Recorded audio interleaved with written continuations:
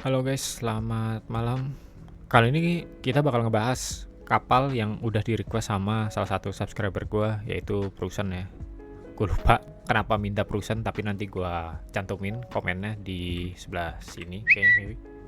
Sebelah mana sih? Sini. Nah, itu kira-kira dia request kapal Prusen ya. Entah kenapa dia request kapal ini. Jadi kita langsung aja ke kapalnya. Nah, uh, first thing yang mesti lo notes adalah kita cek dulu ke armor layoutnya ya. Ini kita pasang semua. Nah, kalau misalnya kita cek dari armor layoutnya, dia tuh pertama punya icebreaker dari depan, itu di coating di 60 mm, mundur dikit di 120, dan tengahnya di armor beltnya itu di 380. Kalau belakangnya juga kita ngeliat di bawahnya itu juga di coating 120, tapi icebreaker nggak sampai belakang, nggak sampai ujung buntutnya ya. Di ujung buntutnya itu di 32. Jadi kalau misalkan lu begini, ada kemungkinan ini bisa dihantam sama 460 kayak Yamato dar ke overmatch. Tapi ya unlikely sih hal-hal seperti itu terjadi, karena ya jarang juga Yamato nge-push kan, apalagi kayak kapal-kapal kayak Aki gitu ya. Aduh. Nah, untuk decknya di bagian bow itu di coating 32, tengah itu 50, dan di bagian belakang itu 50, dan tengahnya tuh decknya juga 50. Kalau misalkan lo ngehit bagian sini, kayak misalkan kaliber DD, ada kemungkinan sel lo shatter. Tapi kalau misalkan lo ngantem bagian superstructure-nya yang notabene-nya itu lumayan gede ya, gak sini gede, bukan lumayan gede, ini udah pasti masuk pen ya. HE pen tuh masuk semua karena tengahnya itu di coating sama 19. Udah gitu kita cek lagi untuk protection dari citadelnya, kita matiin di bawahnya. Terus habis itu di bagian tengahnya ini apa sih namanya, torpedo protectionnya. Nah, ini lo bisa lihat citadel itu diproteksi oleh turtlebacknya juga lumayan oke ya. Sini kalau misalnya gue lihat belakang itu armor tiga 150, dan kalau kita cek dia ya agak sedikit di atas waterline, tapi cukup lah cover. Jadi kalau misalkan emang lu deket ke jarak 10 kilo ngehantam sini tuh agak sulit deh. Next, survivability dia set around di 105-800. Ini tergantung ya. Kalau misalkan lu pakai build tambahannya kayak misalkan kayak ada tambahan kayak flag, kita coba cek flag. Nah, ini bisa naik sampai 111, tapi ya menurut gua nggak beda jauh, karena 5.000 di kapal ini menurut gue percuma, karena kapal lu super gede dan udah pasti mancing peluru banget buat nempel ke salah satu bagian dari sini, apalagi lu lagi broadside kayak gini ya. Walaupun citadel lu ke protect, tapi ada garansi full pen, karena kapalnya pertama hull base-nya itu tinggi, lumayan tinggi ya. Dan kalau misalkan nggak ngantem sini, ngantemnya ke superstructure, dan damage-nya ya ranging around 9.000 sampai belasan ribu ya, bisa sampai 20.000 sekian lah. Main gimmick dari kapal ini otomatis itu pasti di main baterainya. Kalau misalkan kalian main lane Jerman, kalian pasti notice kalau misalkan main baterainya cukup buruk in terms of akurasi. Nah, ini somewhat lu bisa reliable lah ke akurasinya, karena ya mungkin dikasih akurasinya battleship normal ya, nggak buruk-buruk banget. Jadi kalau misalkan lu biasa main battleship Jerman yang biasanya speknya itu secondary, gue rekomendasin nggak lu spek secondary ya. Tapi kalau misalkan lu mau spek secondary silahkan. Kurang lebih buildnya kayak gini. Di luar ini, di luar manual secondary battery aiming, dan equipmentnya, modificationnya kayak gini. Kalian bisa contek aja. Ini udah menurut gue nih udah paling maksimal buat dipakai. Jadi dia di spek sama 457 dengan setup turret 2 di depan 2 di belakang dengan selongsong masing-masing 2 per turret. Jadi ada total full broadside-nya itu ada di 8 salvo.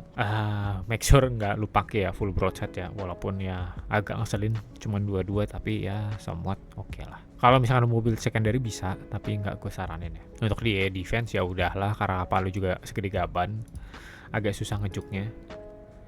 Maneuverability dia running di 30 knots dengan rudder shift 19,4. Nah, buat kapal Jerman kalau misalnya kita banding ke Sleven aja, ya gitulah ya. Lo bisa bedain 970 16 Ini 1005 terus 19,4. Jadi ya cukup jauh. Ya gimana ya guys ya. Ya begitulah Jerman.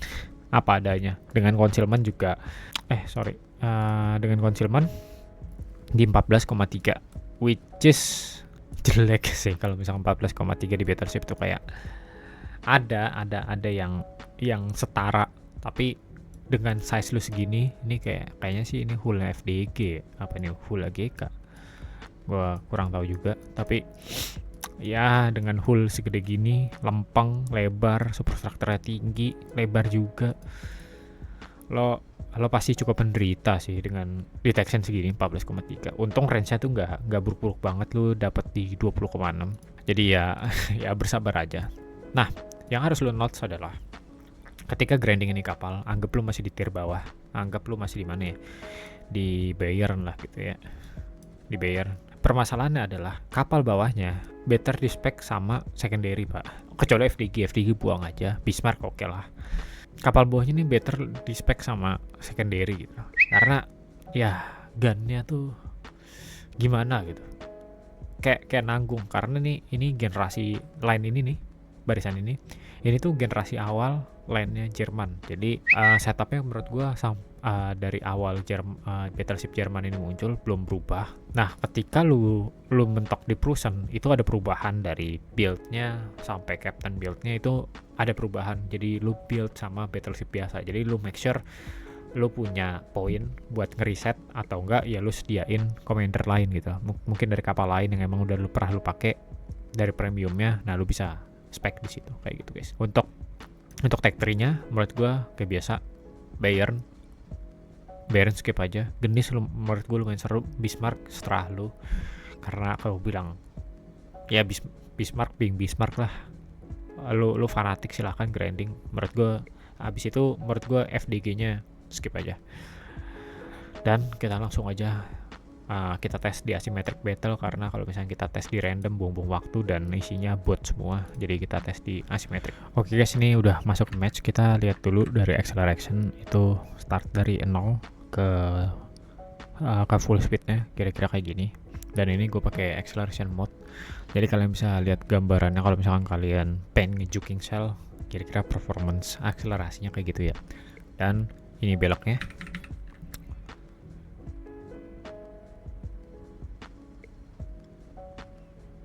full rudder, kita balikin ke normal.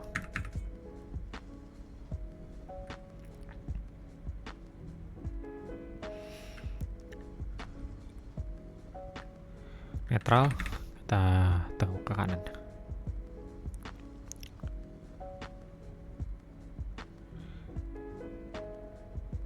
Dan full rudder. Jadi untuk performance radarnya kurang lebih kayak gitu. Enggak, gue bilang bagus enggak, gue bilang jelek, agak jelek ya. Karena feel-nya kalau misalnya lu bawa nih kapal itu tuh berat guys, agak berat. Apalagi kalau misalkan lu dikejar, lu ngecuk gitu, gimana gitu.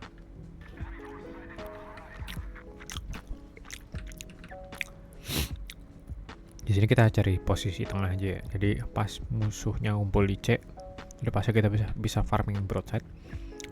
Nah, di sini gue bakal nge-show performance dari armornya yang kelihatannya tadi lumayan oke. Nah, di sini kalau misalnya gue full broadside, kira-kira apakah shell-nya masuk semua apa enggak? Dan di sini gue juga coba tembak ke Charles Martel di full salvo. Ini masuk ke Richelieu, antem 11.000, dan gue nantem di 49. Cuma satu yang kena ya, anggap aja Emi jelek. Nah itu guys, kalau yang gue bilang jangan full broadside. Jangan mentang-mentang lo punya turtle back dan armor lo sekian bukan berarti lo tuh aman ya dari damage. Enggak,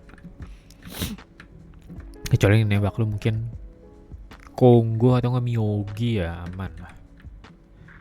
Nah ini kita coba cek di full broadside-nya Richelieu, apakah kita bisa menghasilkan damage yang lucu. Ya, dapat Citadel di 21.000. Overall oke ya, 3 pen. tapi Citadel cuma satu nggak apa-apa. Nah ini kita coba tes di Charles Martel. Nah kelebihannya kapal ini adalah kalau misalkan lo perhatiin, dia tuh reloadnya cukup cepet ya. Kalau nggak salah di 21 knots, 21 detik, 21 knots. Ya, dan kekurangannya kapal kaliber gede, overpan guys, itu aja. Jadi kalau misalkan kayak broadside itu kadang-kadang lebih works kayak lu punya kaliber 406, 380, kayak gitu-gitulah. Nih kita coba dulu. Nembak Charles Martel lagi. Yep. Ya kurang lebih gitu ya guys, kegambar lah ya akurasinya gimana. Dan ini di jarak 9 kilo, gue nggak bisa bilang ini oke banget. Lihat salah ngangkang aja goblok. Ini kalau misalkan kita simulasiin ya, kalau kehantam torpedo kira-kira damage kayak apa ya, segitu. Mati situ udah fix, kita tengok kanan aja. Ya seperti yang gue bilang guys, walaupun tadi nyawanya itu 100.000 sekian, sekarang lu lihat nyawanya sisa 25.000 kalau lu bermain gak hati-hati ya. Kayak gitulah. Ini kita coba hantam di Nagato, seharusnya dead sih dia. Ini simulasi nggak bisa lu kayak lu implementasikan di random ya, karena ya lu lihat ini Citadel City, semua orang broadside, bot-botnya ini broadside. Tapi kalau misalkan kayak di random ada kemungkinan 7 kali lebih susah. Udah tim lu isinya bot dan teman lu yang satu divisi sama lu mainnya juga kayak bot, jadi ya udah bersabar aja. Ini kita coba hantam ke Zieten. Zieten ini kalau nggak salah broadside-nya lumayan ke expose ya Citadel.